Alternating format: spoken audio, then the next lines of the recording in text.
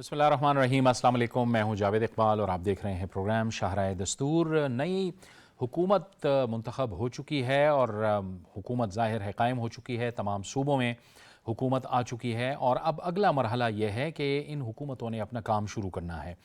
ظاہر ہے کہ ان انتخابات سے پہلے جب ہم بات کر رہے تھے تو ملک کو ایک بہت بڑے معاشی چیلنج کی صورت میں جو ہے وہ اہم معاملہ درپیش تھا۔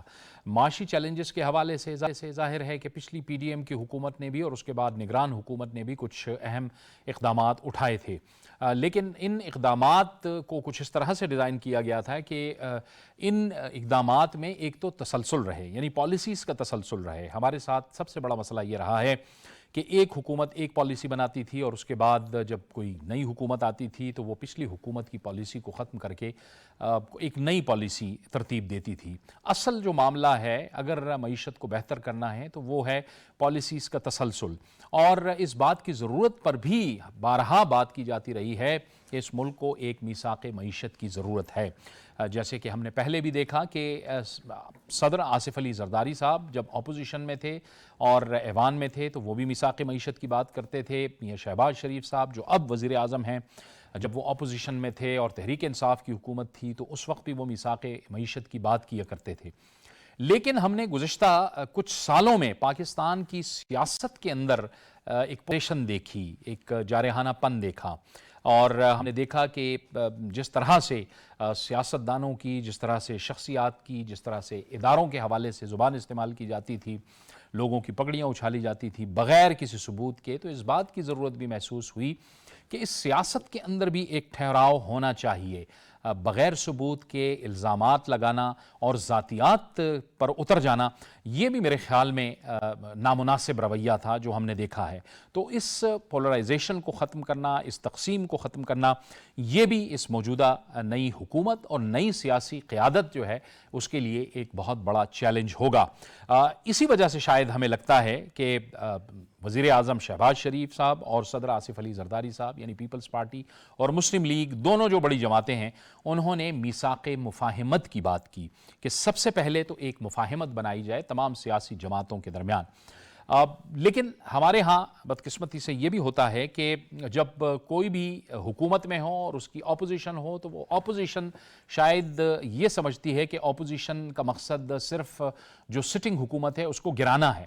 اپوزیشن کا جمہوریت کے اندر، پارلیمانی نظام کے اندر ایک بہت اہم رول ہوتا ہے۔ اگر اپوزیشن وہ رول ادا کرے تو اس سے ملک آگے بڑھتا ہے، کیونکہ اپوزیشن ہی کی مثبت تنقید کی وجہ سے پالیسیز میں اصلاح کی تجاویز ہی کی بنیاد پر حکومتوں کو بھی ایک راستہ ملتا ہے۔ لیکن سوال یہ پیدا ہوتا ہے کہ اگر اپوزیشن اپنا وہ کردار ادا کرے، لیکن اگر اپوزیشن اپنا منفی کردار ادا کرے تو میرے خیال میں پھر خطرات پیدا ہوتے ہیں نظام کے لیے بھی اور اس سسٹم کے لیے بھی۔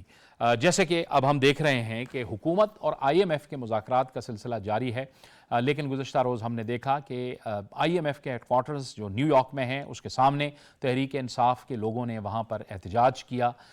یہ گویا ایک ریاست مخالف منفی سیاست ہے جس کی توقع کسی بھی اپوزیشن سے نہیں ہونی چاہیے، لیکن ہم نے دیکھا ہے کہ تحریک انصاف نے یہ پہلے بھی کیا ہے اور اب بھی وہ اپنے اس موقف پر قائم ہے یا اپنے ان اقدامات پر وہ قائم ہے۔ تو کیا ایک صورتحال بنتی ہوئی نظر آ رہی ہے، اور نئی قومی سیاست اور نئے جو لیڈرز ہیں ان کے لیے جو سیاسی اور معاشی چیلنجز ہیں یہ کتنے اہم ہیں اور کتنے ضروری ہیں کہ فوری طور پر اقدامات کیے جائیں تاکہ عوام کو ریلیف ملے، انہی معاملات پر آج ہم اپنے پروگرام میں بات کریں گے۔ اور اس کے لیے ہمیں جوائن کر رہے ہیں پاکستان پیپلز پارٹی سے ذوالفقار علی بدر۔ ذوالفقار علی بدر صاحب آپ کو بہت خوش آمدید کہتے ہیں۔ ہمیں جوائن کر رہے ہیں مسلم لیگ نون کے سینئر رہنما جناب رفیق رضوانہ۔ رفیق رضوانہ صاحب آپ کو بھی خوش آمدید کہتے ہیں، اور اسٹوڈیوز میں ہمارے ساتھ موجود ہیں سینئر صحافی و تجزیہ کار جاوید صدیق۔ جاوید صدیق صاحب آپ کو بھی بہت خوش آمدید کہتے ہیں۔ رفیق رضوانہ صاحب آپ سے گفتگو کا آغاز کریں گے۔ ظاہر ہے آپ کے سامنے ہیں چیلنجز، اب آپ کی ایک بار پھر ایک مخلوط حکومت ہے پاکستان پیپلز پارٹی کے ساتھ مل کر، باقی سیاسی جماعتوں کے ساتھ مل کر۔ کتنا ضروری ہے کہ فوری طور پر یہ میثاق مفاہمت والی بات جو ہے اس پر عمل درآمد ہو، اور ظاہر ہے تمام سیاسی جماعتوں کو اعتماد میں لیا جائے بشمول اپوزیشن کے، تاکہ ملکی معاملات آگے بڑھیں؟ شکریہ جی۔ میری گزارش یہ ہے جی کہ اس وقت تک جو پاکستان میں سابقہ ادوار میں سیاست مختلف اوقات میں ہوتی رہی, مختلف ادوار میں ہوتی رہی, مختلف کے تجربات بھی ہوتے رہے اور اپوزیشن بھی ہوتی رہی اور حکومتیں بھی ہوتی رہی. میری رائے میں 2018 کے بعد جس طرح سے پولرائزیشن بڑھی ہے, پولرائزیشن تو کافی عرصے سے چلتی رہتی ہے, اور دو ہی متحارب پارٹیاں تھیں جو پاکستان پیپلز پارٹی اور پاکستان مسلم لیگ نون, اور باقی جماعتیں بھی جو ہیں وہ بھی اپنا اپنا ان کا رول تھا. تو ان دو بڑی جماعتوں نے آخر میں سارا کچھ لڑائی دیکھ کے سارا کچھ دیکھ لیا, اور پھر چارٹر آف ڈیموکریسی بھی ہوا. اس کے بعد چلتے چلتے پھر یہ لاسٹ جو انٹرم گورنمنٹ سے پہلے عدم اعتماد کے بعد پی ڈی ایم کی حکومت بھی بنی. وہ اس کا سارا ملبہ اور سارا بوجھ جو ہے پی ایم ایل این کے سر پہ ڈال دیا گیا. بارہ گزر گیا وقت. تو میں یہ سمجھتا ہوں جتنی ضرورت پاکستان کو اس وقت مفاہمت کی اب ہے, شاید ضرورت تو ہر وقت رہی ہے, مگر اب حالات اتنے گمبھیر ہو گئے کہ کھل کر بھی بات سامنے آ گئی کہ معیشت کا کیا حال ہے, اور بگڑتی ہوئی معیشت اور روز آئی ایم ایف کے جو ہے نا انڈر ڈسکشن آنا اور اس کے ہر پروگرام پر ان کی شرائط. تو میں کافی دفعہ یہ اپنے پروگرام میں ذکر کر چکا ہوں کہ میں نے کچھ 30 سال پہلے یا 25-30 سال پہلے ایک آرٹیکل ڈاؤن اخبار میں آیا تھا جس کا ٹائٹل تھا can I M F topple the governments. تو اس آرٹیکل جو لکھا گیا تو میں نے بڑی کوشش کی ہے ڈاؤن اخبار سے بھی رابطہ کرنے کی, کہیں آپ کو بھی رابطہ ہو تو یہ ڈھونڈ دے. تو انہوں نے آخر میں جو اس کا کنکلوژن دیا انہوں نے کہا ہاں آئی ایم ایف ایسی پالیسیز دے کہ ٹیکسز بڑھا دے, ملک میں مہنگائی بڑھ جائے, ملک میں باقی چیزیں جو ہیں وہ بھی مطلب ان کی شرائط کی وجہ سے ابتر ہو جائیں, عوام سڑکوں پہ آ جائے تو حکومت ٹاپل ہو سکتی ہے. تو ان ساری چیزوں کو مد نظر رکھتے ہوئے اب بات یہ اب نہ ہی اقتدار کی کوئی بات ہے نہ ہی حکومت کی کوئی بات ہے, اس وقت ہے پاکستان کی بات, جو کہ ویسے ہر وقت ہونی چاہیے. اب خیر اب حالات ایسے ہو گئے کہ ہمیں اس صورتحال کو سامنے رکھتے ہوئے جو چارٹر آف اکانومی کی بات آپ ابھی دہرا رہے تھے, شہباز شریف صاحب جو لیڈر آف دی اپوزیشن تھے انہوں نے آن دی فلور آف دی ہاؤس یہ آفر دی عمران خان صاحب کو وہ نہ مانے.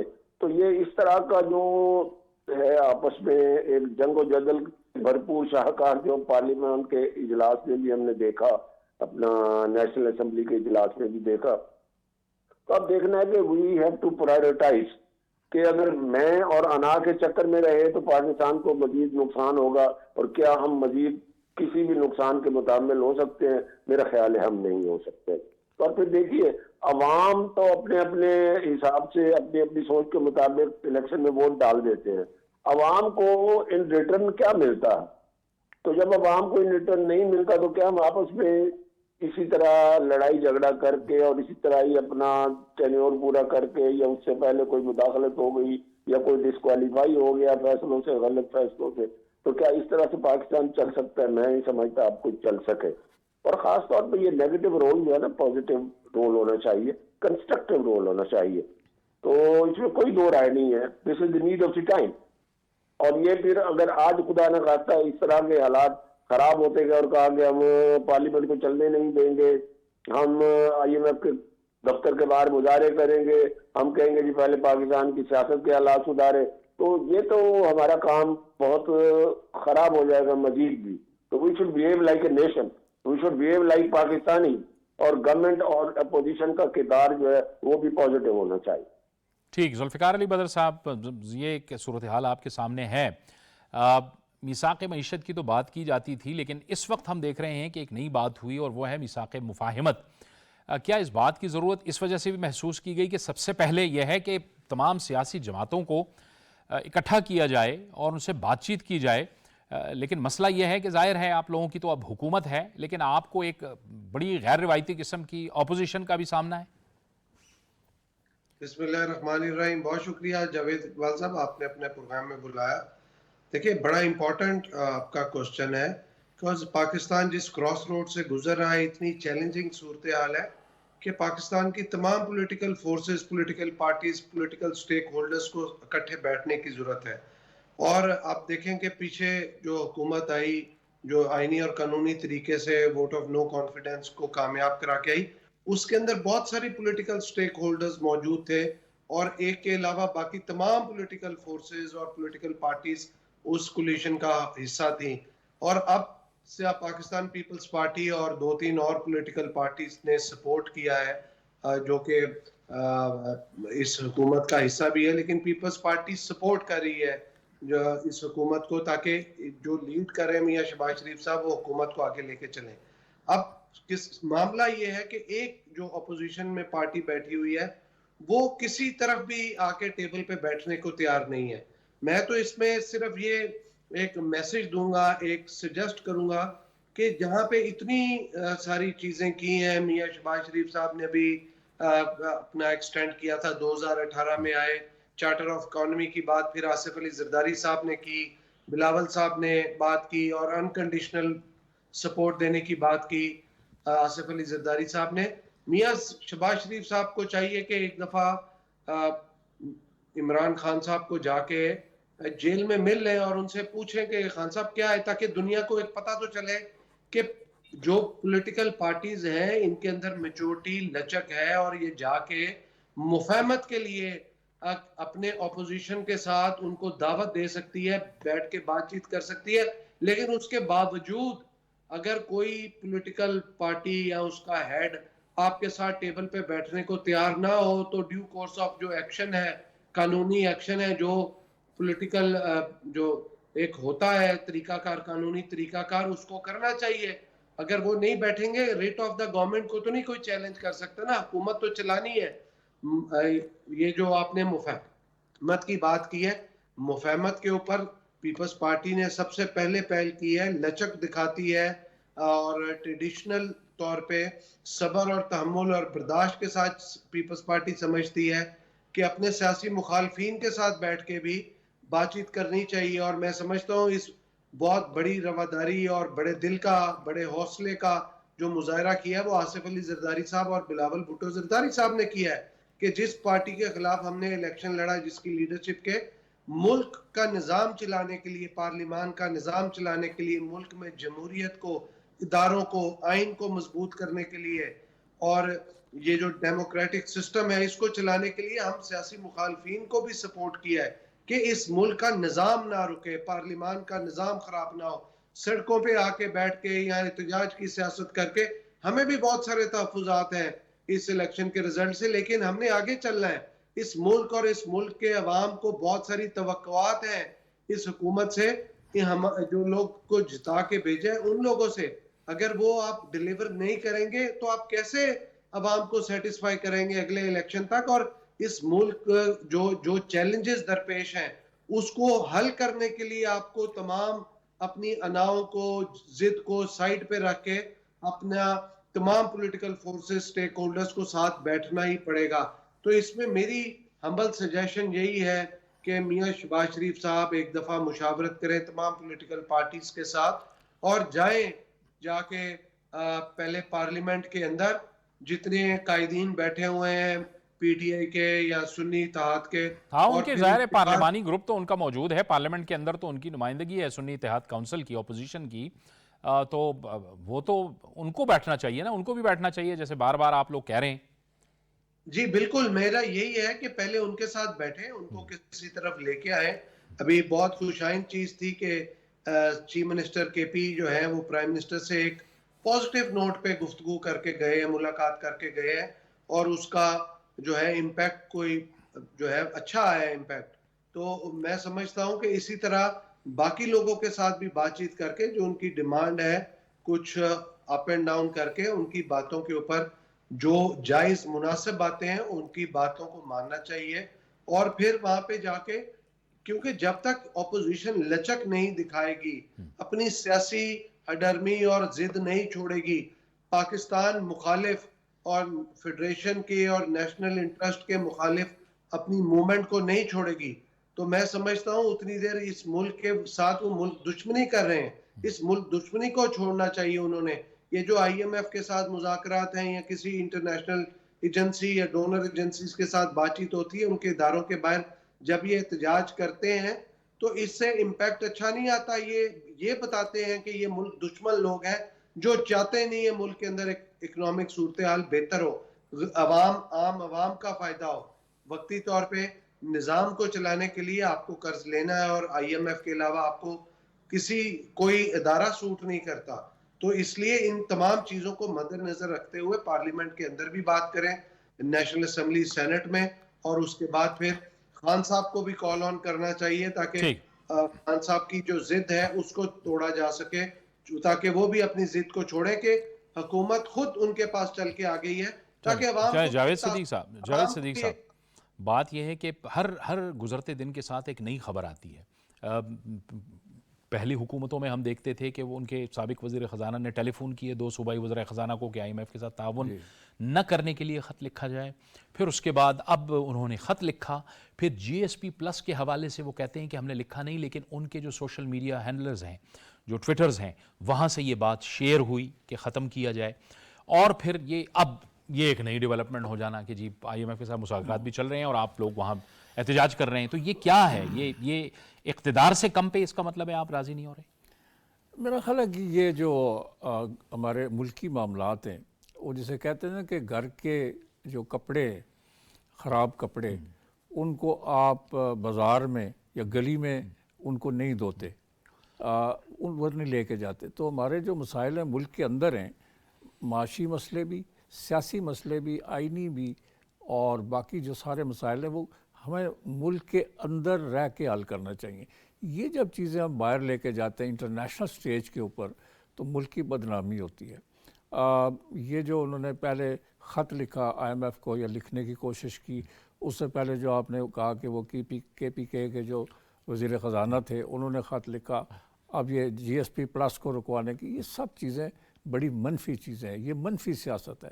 یہ ملک کی بقا اور ملک کی جو معیشت ہے اس کو تباہ کرنے والی بات ہے. اس کا ایک مقصد یہ بھی ہو سکتا ہے کہ وہ پریشر ڈال رہے ہوں کچھ اداروں پہ, حکومت کے اوپر, کہ آپ ہماری بات مانیں, لیکن یہ طریقہ نہیں ہے. دیکھیں وہ اسمبلیوں میں آ چکے ہیں اور وہ قومی اسمبلی میں موجود ہیں, وہ صوبوں میں بھی موجود ہیں, اور ان کا وجود جو ہے وہ تسلیم کیا جا چکا ہے کہ ٹھیک ہے جی آپ وہاں حکومت بنا سکتے ہیں, آپ کی میجورٹی ہے, یہاں آپ کے پاس نمبرز نہیں ہیں, یا ان کے مخالفین نے حکومت بنا لی ہے. تو اب اس سسٹم کے اندر رہ کر انہیں اپنی سٹرگل آئین کے دائرے میں اور پارلیمانی نظام کے اندر سٹرگل کرنی چاہیے, اور اس کے لیے ان کے پاس ریکوائرڈ اسٹرینتھ ہو تو وہ کسی بھی بل کو روک سکتے ہیں یا دوسری سیاسی جماعتوں کے تعاون سے کوئی بھی ترمیم جو ہے وہ لا سکتے ہیں. سو ان کو یہ رول پلے کرنا چاہیے rather than going to Washington اور وہاں جا کے مظاہرے کرنا اور IMF کو یہ کہنا کہ آپ آڈٹ کروائیں الیکشنز کا. IMF کے پاس کون سا مینڈیٹ ہے کہ وہ پاکستان کے الیکشنز ان میں اگر کوئی تنازع ہے تو ان کو وہ آڈٹ کروائے. آڈیٹنگ اگر ہونی ہے اور الیکشنز کے بارے میں آپ کی کوئی شکایات ہیں, تحفظات ہیں, تو اس کے لیے فورمز ہیں, الیکشن ٹریبونل ہے, الیکشن کمیشن آف پاکستان ہے, اور پھر سپریم کورٹ ہے. مثال کے طور پہ حال ہی میں جو ان کو پشاور ہائی کورٹ سے وہ فیصلہ آیا ہے کہ یہ جو مخصوص نشستیں آپ کو نہیں مل سکتی کیونکہ آپ نے ایسی پارٹی کو جوائن کیا ہے جو کہ جس کی پریزنس نہیں ہے, پارلیمنٹری پریزنس اس کی نہیں ہے. تو اب آپ کہتے ہیں ہم سپریم کورٹ میں جائیں گے, تو آپ کا فورم ہے. سو اس چیز کو آپ IMF کے پاس لے جائیں یا امریکہ میں لے جائیں یا یورپین یونین کے پاس لے جائیں, میں سمجھتا ہوں کہ اس کو لوگ پسند نہیں کرتے. لوگوں نے اس بات کو, اس کی انڈورسمنٹ نہیں کی. وہ سمجھتے ہیں کہ یہ اپنے جو مسائل ہیں بین الاقوامی سطح پہ لے جانے سے پاکستان کا امیج خراب ہوتا ہے. اس سے یہ بھی ظاہر ہوتا ہے کہ ہماری جو لیڈرشپ ہے اس کے اندر میچورٹی نہیں ہے, اور وہ بیٹھ کے بات کرنے سے قاصر ہیں, اور وہ بات کرنا نہیں چاہتے, یا ان کا ایک رویہ ایسا منفی ہے. تو جو اپوزیشن ہے, تحریک انصاف جو دوسری شکل میں موجود ہے, ان کا گراف اس سے نیچے جائے گا. لوگ اس وقت ریلیف چاہتے ہیں. آپ کو پتہ ہے کہ جو کل پرائم منسٹر نے روڈ میپ دیا ہے وہ بہت امپورٹنٹ ہے. مثال کے طور پہ بے روزگاری یہاں عروج پہ ہے, مہنگائی سے لوگ ستائے ہوئے ہیں, اور ہر شخص جو ہے وہ رونا رو رہا ہے کہ مہنگی ہیں چیزیں, اس کی زندگی مشکل سے مشکل تر ہوتی جا رہی ہے. اور اس کے علاوہ انفلیشن ہے, اور پھر بہت سارے اور مسائل ہیں جن کو مثلا انرجی کا ایشو ہے. یہ اچھا ہوا کہ پٹرول کی قیمت اس دفعہ نہیں بڑھی, وہی رکھی گئی, لیکن پٹرول کی قیمتیں بڑھنے سے عام آدمی متاثر ہوتا ہے. تو یہ وہ ایشوز ہیں جن کو ریزالو کرنا ہے. انرجی کے سیکٹر کے مسائل ہیں. اب انہوں نے 5 ایسے ایریاز آئیڈینٹیفائی کیے ہیں. ایک تو یہ ہے کہ ٹیکس بیس کو بڑھانا ہے, اور انہوں نے ڈیجیٹلائز کرنے کی کوشش کی ہے. BR کو انہوں نے کہا کہ ہم کریں گے تاکہ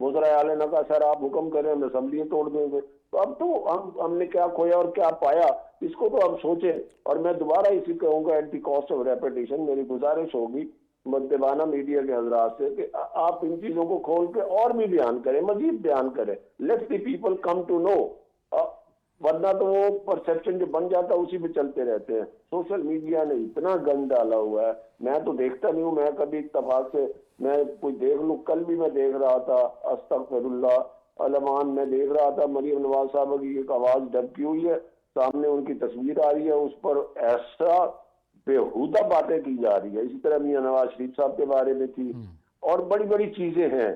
اور خیر صاحب اس کے مقابلے کو کرتا بھی ہوگا, مگر سوشل میڈیا میں جب سے 2018 کے بعد یہ کام ہوا, خاص طور پہ ملک سے باہر بیٹھ کر جو ملک دشمن ہے پاکستانی, یا پاکستانی پاسپورٹ چھوڑ کے وہاں بیٹھ کے وہ دوسری شہریت لے کے اور پاکستان کے ہمدرد بنتے ہو تو پاکستان کی اچھی تصویر پیش کرو.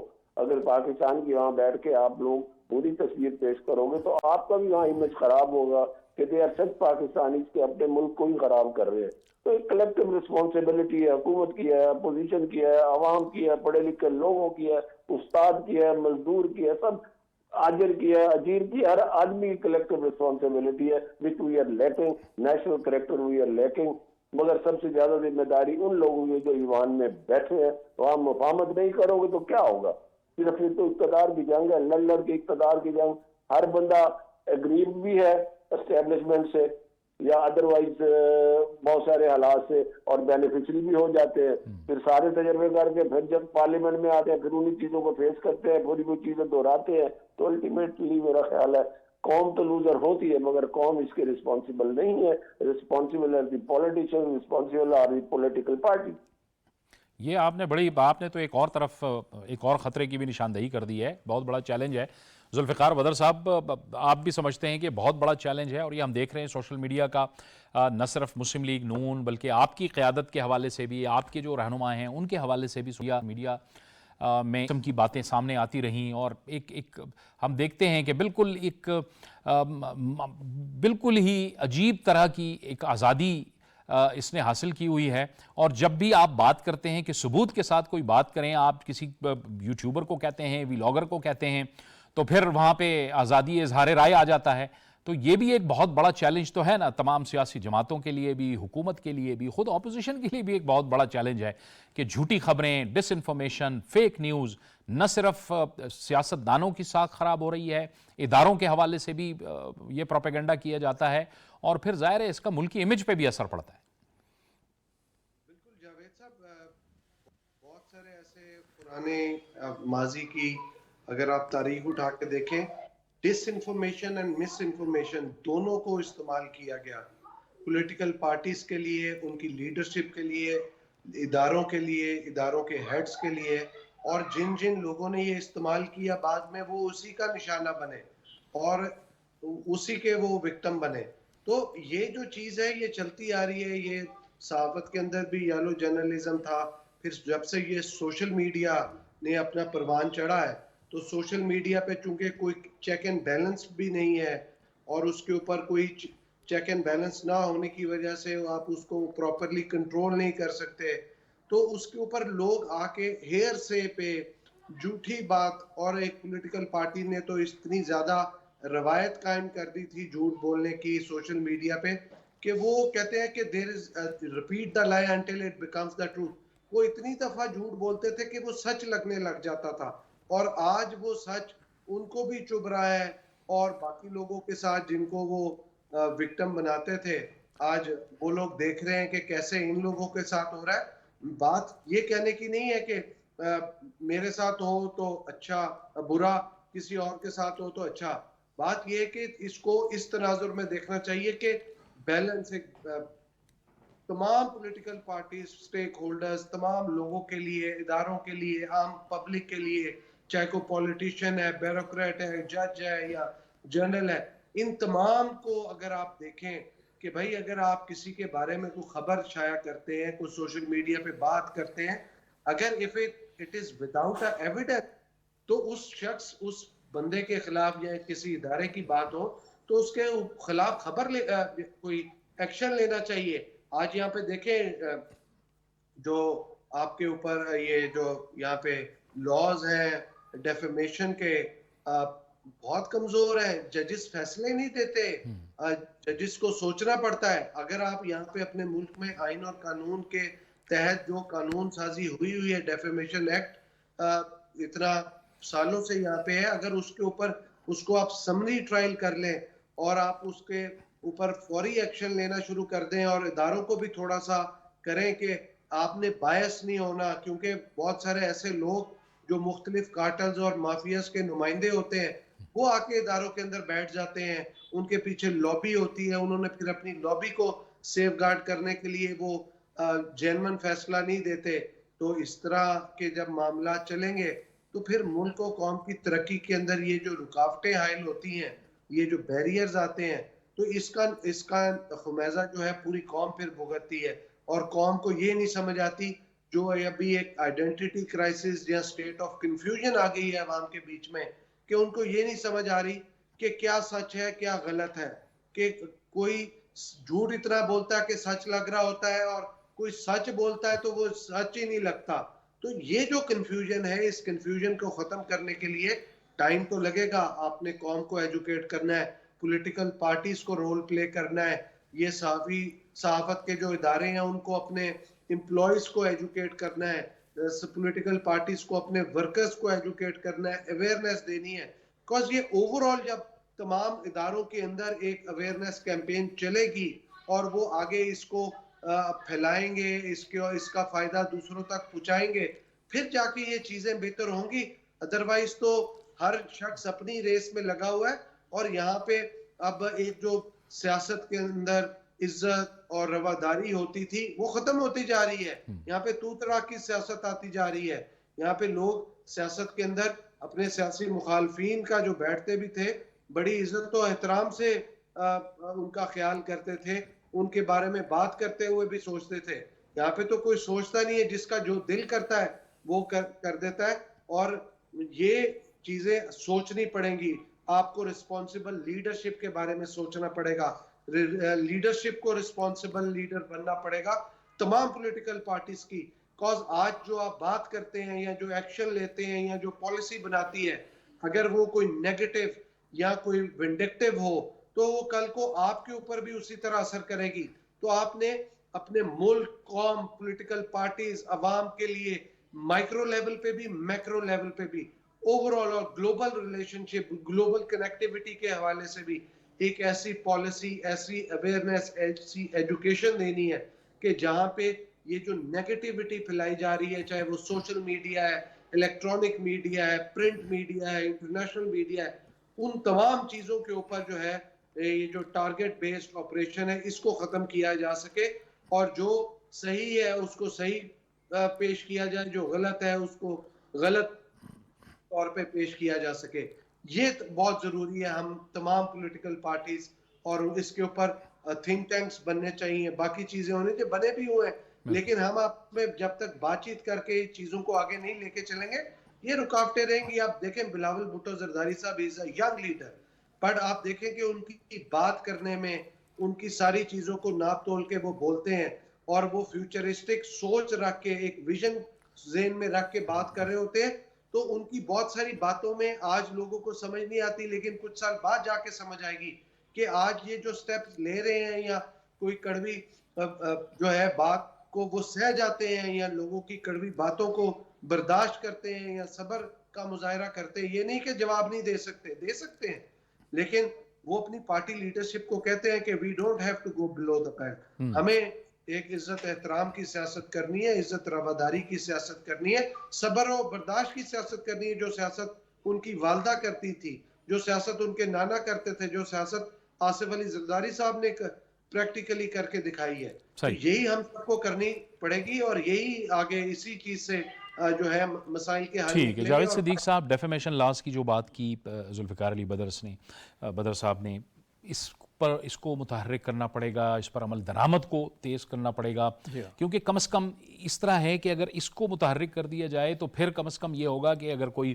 کسی پر الزام لگائے گا بنا ثبوت کے تو وہ ایک جواب دہ بھی ہوگا. ابھی ہم دیکھیں کہ لندن کے اندر ہم دیکھتے ہیں کہ کئی ہمارے جو پرائیویٹ ادارے ہیں ان کو جرمانہ ہوا، ان کے خلاف کارروائی ہوئی، ان کے خلاف عدالت میں کیس چلے، جرمانہ ادا اور جرمانہ ان کو ادا کرنا پڑا، اور اس کے بعد وہ وہاں پہ انہوں نے اپنی ٹرانسمیشن اس حوالے سے معافیا مانگنی پڑی. لیکن ہمارے ہاں جو بھی آتا ہے وہ اداروں کے حوالے سے، شخصیات کے حوالے سے وہ الزامات لگا. دیکھیں اس میں جو کانسٹیٹیوشن ہے پاکستان کا، جہاں وہ آرٹیکل 19 کے تحت آزادی دیتا ہے، وہاں وہ حدود و قیود بھی مقرر کرتا ہے. یعنی یہ جو آزادی ہے یہ مادر پدر آزادی نہیں ہے، یہ ہے with in the frame work of certain law, with in the restrictions of law. یہ نہیں ہے کہ آپ لوگوں کو گالیاں دینا شروع کر دیں، ایسی زبان استعمال کریں جو معاشرے کے نارمز کے خلاف ہو، اخلاقیات کے خلاف ہو، یہ چیزیں. اور ایسے بے سروپا الزامات، جیسے آپ نے کہا کہ آپ ان کو اچھا لا آف لائبل جو ہے پاکستان میں موجود ہے، یہ ڈیفامیشن کا لا جو ہے، آج تک اس پر عمل نہیں ہوا. اور ہمارے بہت سے سیاستدان جو ہیں انہوں نے اپنے مقدمات جو ہے نا لنڈن کی عدالتوں میں جا کے، کیونکہ بعض چینلز تھے یا بعض اخبارات تھے ان کے لنڈن ایڈیشن بھی تھے، تو وہاں انہوں نے خبر چھاپی، تو اس کی وجہ سے ان کو وہاں پہ لنڈن کی عدالتوں میں فیس کرنا پڑا، ان کے اوپر جرمانے ہوئے، ان کو سزائیں ہوئی، ان کو ریپریمانڈ کیا گیا. سو یہ پاکستان کے اندر ہونا چاہیے. اور ہم شروع سے کہتے آئے کہ اس لا آف لائبل کو یا ڈیفامیشن کے لا کو آپ امپلیمنٹ کرائیں. اور کورٹس جو ہیں وہ ان لاز کو کبھی بھی انہوں نے سیریسلی نہیں لیا. کسی بھی بڑے میڈیا اس کے اوپر غیر ذمہ دارانہ رپورٹنگ یا بے بنیاد رپورٹنگ کے اوپر یا الزامات کے اوپر کوئی قدغن عائد نہیں کی گئی، کوئی جرمانہ نہیں ہوا، کوئی سزا نہیں ہوئی. اس میں میرا بھی قصور ہے کہ میں اگر فرض کیا میرے خلاف کوئی بے بنیاد الزام لگاتا ہے اور میں بھی عدالت نہیں جاتا، میں بھی اس سے صرف نظر کر دیتا ہوں کہ جی بس ٹھیک ہے، کوئی نہیں مسئلہ، چلو. بالکل یہ بھی بات ہے. اور کچھ لوگ جو گئے ہیں جب وہ سالہ سال کوئی فیصلے نہیں ہوئے تو مایوس ہو گئے اور وہ ان ایکٹیو ہو گئے. سو اگر جس طرح یو کے میں ہے، جس طرح امریکہ میں ہے، یورپ میں ہے، دوسرے ملکوں میں ہے کہ within a short period of time عدالتیں فیصلہ دے دیتی ہیں، اور جب بھاری جرمانے ہوتے ہیں تو اس صورت میں پھر جو الزامات لگانے والا ہے اس کو ایک سبق سیکھتا ہے وہ کہ مجھے اس کی قیمت دینی پڑ رہی. اچھا، ذمہ دارانہ صحافت جو ہے، جرنلزم وتھ رسپانسبلٹی، یہ بہت امپورٹنٹ ہے. جو سوشل میڈیا کی آپ بات کر رہے ہیں، خاص طور پہ انہوں نے اتنا بڑا معاشرے میں ایک تناؤ پھیلا دیا ہے اور اتنی افراتفری پھیلا دی ہے. اور اس کے اوپر جب کوئی انیشیٹو ہوتا ہے حکومت کی طرف سے تو ایک شور شرابہ کھڑا ہو جاتا ہے کہ جی آزادی اظہار رائے کو دبایا جا رہا ہے. ایسا نہیں ہے. دیکھیں نا، آپ بھی دیکھ رہے ہیں، میں بھی دیکھ رہا ہوں کہ جو چیزیں سوشل میڈیا پہ یوٹیوبس کے ذریعے اور ان پلیٹ فارم سے جو مواد آ رہا ہے وہ سراسر جھوٹ ہوتا ہے. اس کی آپ جو وہ ہوتی ہے تھمب نیل، جو ان کی ہیڈ لائنز ہوتی ہیں، وہ کنٹینٹ کے ساتھ ان کا مطابقت ہی نہیں ہوتا، کوئی مطابق، کوئی تعلق ہی نہیں ہوتا. اور دوسری بات یہ ہوتی ہے کہ وہ جھوٹ ہوتا ہے ایبسولوٹلی. یعنی میں اور آپ جرنلزم میں کئی سالوں سے ہم تو اس کو دیکھتے ہی سمجھتے ہیں کہ یہ جھوٹ ہے. مثال کے طور پہ آپ اس کے اوپر دیکھیں گے کہ عمران خان رہا ہو گئے جی، ان کو لینے کے لیے وکیل پہنچ گئے. کدھر سے پہنچ گئے؟ آپ کامن سینس یوز کریں. اسی طرح کئی چیزیں، مثلا فارمر آرمی چیف جو تھے جنرل باجوہ، ان کے بارے میں نے کئی دفعہ پڑھا کہ وہ گرفتار ہو گئے. کہاں گرفتار ہو گئے؟ مطلب کہ یہ جو چیز ہے یہ بڑی خوفناک ہے. اس کا مطلب یہ ہوتا ہے کہ آپ ویئر کو اپنی طرف اٹریکٹ کریں اور وہ آپ کی ویڈیو دیکھے اور آپ کو پیسے ملیں. اور جب ہم ریگولیشن کی بات کر رہے ہوتے ہیں جاوید صدیق صاحب، تو پھر لوگ آواز اٹھاتے ہیں کہ جی آزادی اظہار رائے پہ آپ قدغن لگا رہے ہیں. ہم تو یہ سوال اٹھا رہے ہیں کہ آپ، مجھے اور آپ کو کوئی حق حاصل نہیں ہے کہ ہم بلا ثبوت کے کسی پر الزام لگائیں. اور اگر ہم الزام لگائیں گے اور وہ جھوٹا ثابت ہوگا تو پھر تو صحافتی اقدار یہ ہے کہ میں معافی مانگوں، بالکل، اور یا پھر میں قانون کا سامنا کروں. دیکھیں ہم جب پرنٹ میڈیا میں تھے مینی ایئرز بیک، تو اس میں تو ایک اصول تھا، اگر خبر آپ کی پٹ گئی، باؤنس ہو گئی، کنٹراڈکٹ ہو گئی، تو وہ رپورٹر نوکری سے نکالا جاتا تھا، اس کو فارغ کر دیا جاتا تھا. اور بعض اوقات تصویریں چھاپی جاتی تھی کہ یہ خبر فلاں صاحب نے شائع دی تھی اور یہ غلط ثابت ہوئی ہے، ہم ان کو فارغ کر رہے ہیں. وہ ادارے کی سبکی کا باعث بنے. سو میں سمجھتا ہوں کہ وہ ایک بڑا اچھا ایک روایت تھی ہماری پرنٹ میڈیا میں. پھر الیکٹرانک میڈیا آیا، اس میں چیزیں اور آگے بڑھیں اور آخر میں سوشل میڈیا ہے. سوشل میڈیا نے جو ہماری رہی صحیح اقدار تھی صحافت کی اور جو اصول تھے، ضوابط تھے، جو لحاظداری تھی، جو جہاں پہ آپ جسے کہتے ہیں نا ریڈ لائن کو کراس نہیں کرنا، وہ ساری چیزیں دیکھی جاتی تھی. آج کل تو ایک مادر پدر آزادی ہے، اور ایسے لوگ آ گئے ہیں جرنلزم کے اندر انفارچونیٹلی جو اس مادر پدر آزادی کو آگے لے کے جانا چاہتے ہیں. بالکل اور وہ اس بات کو ماننے کے لیے تیار نہیں ہے کہ قانون ہے، آئین ہے ملک کا، اس آئین کے اندر دیا ہوا ہے. مثال کے طور پہ اس میں لکھا ہوا ہے صاف کہ آپ جوڈیشری اور آرمی کو ریڈیکیو نہیں کریں گے، ان کو سکینڈلائز نہیں کریں گے. یہ دیکھیں نا آئین میں لکھا ہوا ہے اداروں پہ. بالکل تو ٹھیک. اب اگر آپ اس کی وائلیشن کریں گے تو آپ کے خلاف ایکشن ہوگا. لیکن یہ بات کوئی ماننے کے لیے تیار نہیں. ہم جب میڈیا اس میں پرانے اس پرنٹ میڈیا میں لوگ ہم کام کرتے تھے تو اس کا بڑا اسٹرکٹلی ہم واچ کرتے تھے، کوئی ایسی چیز نہ ہو کہ ہمارے اوپر کوئی قانونی اس کے اوپر کارروائی ہو جائے. آج کل یہ سارا کچھ ختم ہو. بالکل ٹھیک ہے، اور بڑی ذمہ دارانہ صحافت کی ضرورت ہے. آپ نے بالکل درست فرمایا. بہت بہت شکریہ جاوید صدیق صاحب، ذوالفقار علی بدر صاحب اور رفیق رجوانہ صاحب، آپ ہمارے ساتھ میں شامل رہے. آپ کا بہت بہت شکریہ. ظاہر ہے کافی چیلنجز موجود ہیں، لیکن حکومت کہتی ہے کہ ہم پرعزم ہیں، مینڈیٹ ہمیں ملا ہے اور ہم عوامی مسائل کو حل کرنے کی ہر صورت میں اپنی کوشش جاری رکھیں گے، اور اس کا آغاز کر دیا گیا ہے. ظاہر ہے عوام اپنے مسائل کے حل کے لیے پھر حکومت ہی کو دیکھتی ہے، اور ہر صورت میں حکومت کو عوامی توقعات پر پورا اترنا ہوگا. یہ تھا ہمارا آج کا پروگرام. جاوید اقبال کو اجازت دیجیے. اللہ حافظ.